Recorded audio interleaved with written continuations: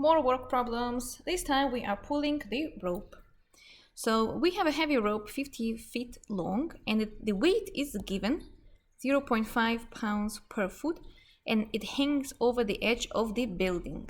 So let's try to imagine the situation. Say this is the building, it's 120 feet high. That's not very important actually, you will see it later. And then there is a rope. Here it is. And then it's actually not as tall as the whole building. It is only 50 feet long, so somewhere over here.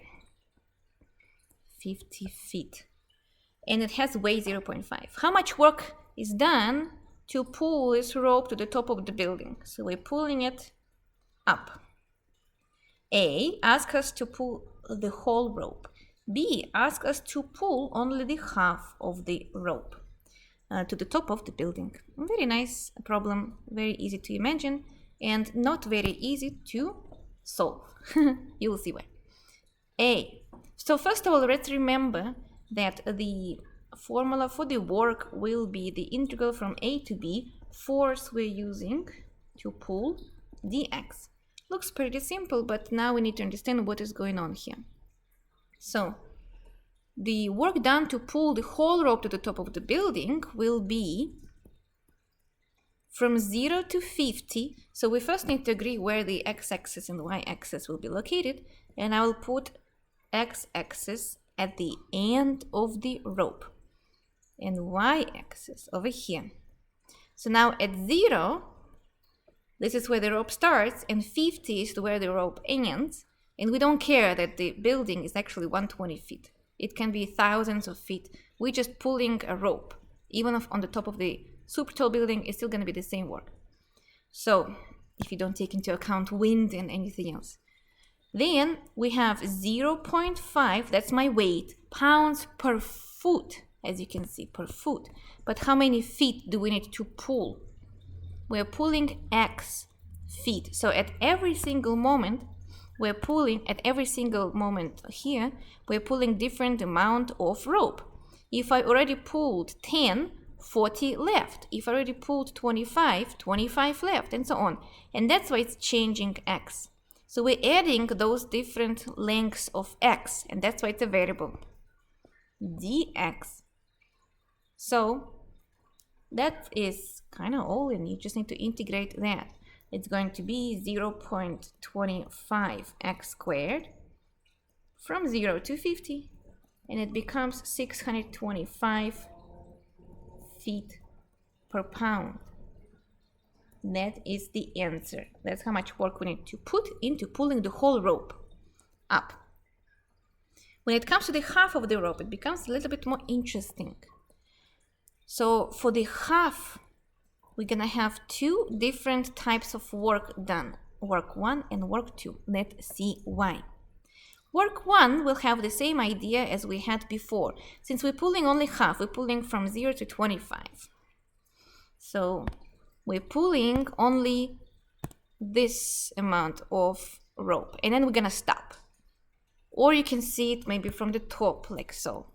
But since I'm already set from 0 to 25, then I'm starting from 0, and when this edge goes away from 0 to 25, I will stop pulling. Someone will yell at me, hey, stop pulling from 0 to 25. And then we're gonna do the same thing, 0.5, that's the weight, and then x, dx. Very interesting question, why we don't do half of x. The cool part here is that when you pull the rope, even though you're pulling half up, you're still pulling the whole thing. So x measures from 0 to 25, so that's where we're gonna stop. But when you pull the rope, you pull the whole of it. So even though you pull half, the other half still adds weight to it. That's why it's 0.5. It's not half of 0.5. That's a pretty cool idea. Even though we're pulling this part up, the edge over here, the tail, let's call it tail, will be keep adding the weight. Tail adds the weight. So we're integrating this first integral, and it gives me 156.25 feet per pound. That is answer 1. The second work is what we should take into account as the tail of the rope. From 25 to 50, 0.5 weight of the rope will be multiplied by half the distance from we have that we need to pull it. That is 25 feet. So let's make sure that all units match. We're pulling 50 long rope, and then half of it is 25, right? And we're gonna pull this tail, which weighs 0.5. So this is the tail I'm talking about. It's only 25 feet, and it still weighs 0.5 pounds per foot. So that's why we're multiplying 25 times 0.5. And that is a constant here. We're pulling that tail that is keep adding the weight to the variable of the other half. So we keep using work to pull only half of the rope, and the tail adds the weight to it. And we need to calculate those two works separately. The work which is done to pull half of the rope plus the work which is done to pull the tail, which is also adding little pieces, pulling piece by piece.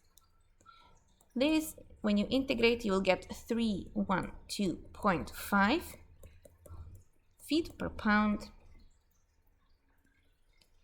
The total work will be 156.25 plus 312.5, which gives you 468.75 feet per pound, and that's the total work you need to pull. You need to use to pull half of the rope. As you can see, it is less work than we had to pull the total, but it's not exactly half, which is pretty cool. No matter that we are pulling only half of the rope, the tail adds weight, and that's why it adds the effort to pull it.